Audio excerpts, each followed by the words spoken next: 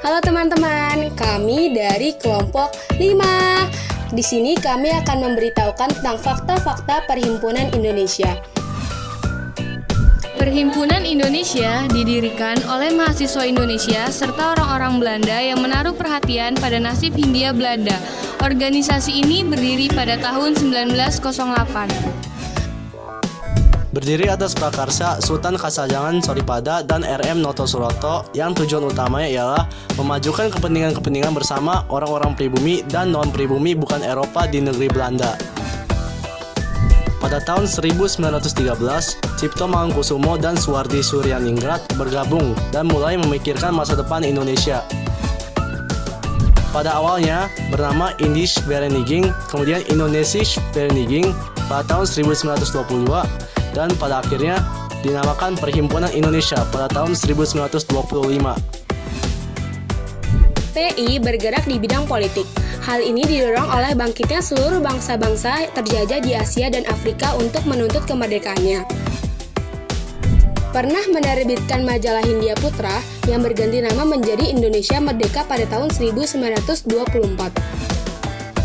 PI juga merencanakan pendirian suatu perkumpulan bernama Sarekat Rakyat Nasional Indonesia atau disebut SRNI pada tahun 1926.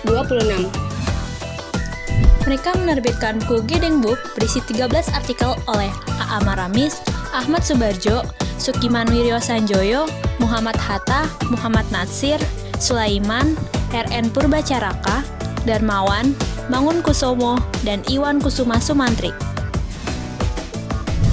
Pada tahun 1925, dibuatlah satu anggaran dasar baru yang merupakan penegasan dan perjuangan PI.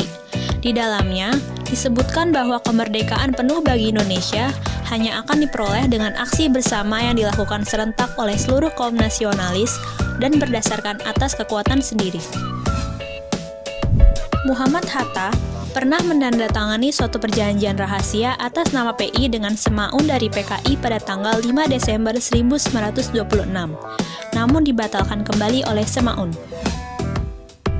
Dalam kegiatan Pergerakan Nasional Indonesia, pengaruh PI cukuplah besar dan menginspirasi terbentuknya organisasi seperti Perhimpunan Pelajar-Pelajar Indonesia atau PPPI pada tahun 1926, Patan Nasional Indonesia atau PNI pada tahun 1927, dan Jong Indonesia atau Pemuda Indonesia pada tahun 1927 pula.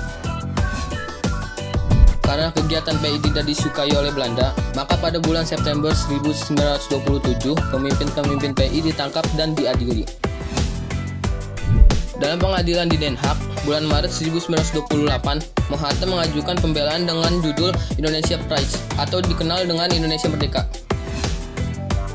Semenjak tahun 1923, PI aktif berjuang bahkan mempelopori perjuangan kemerdekaan untuk seluruh rakyat Indonesia dengan berjiwa persatuan dan kesatuan bangsa Indonesia yang murni dan kompak.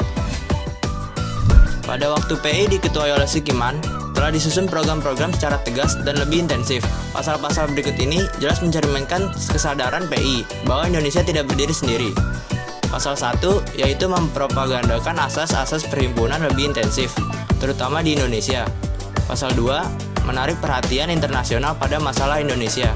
Pasal 3, perhatian para anggota harus dibangkitkan untuk soal internasional dengan mengadakan ceramah-ceramah, studi ke negara lain, dan lain sebagainya.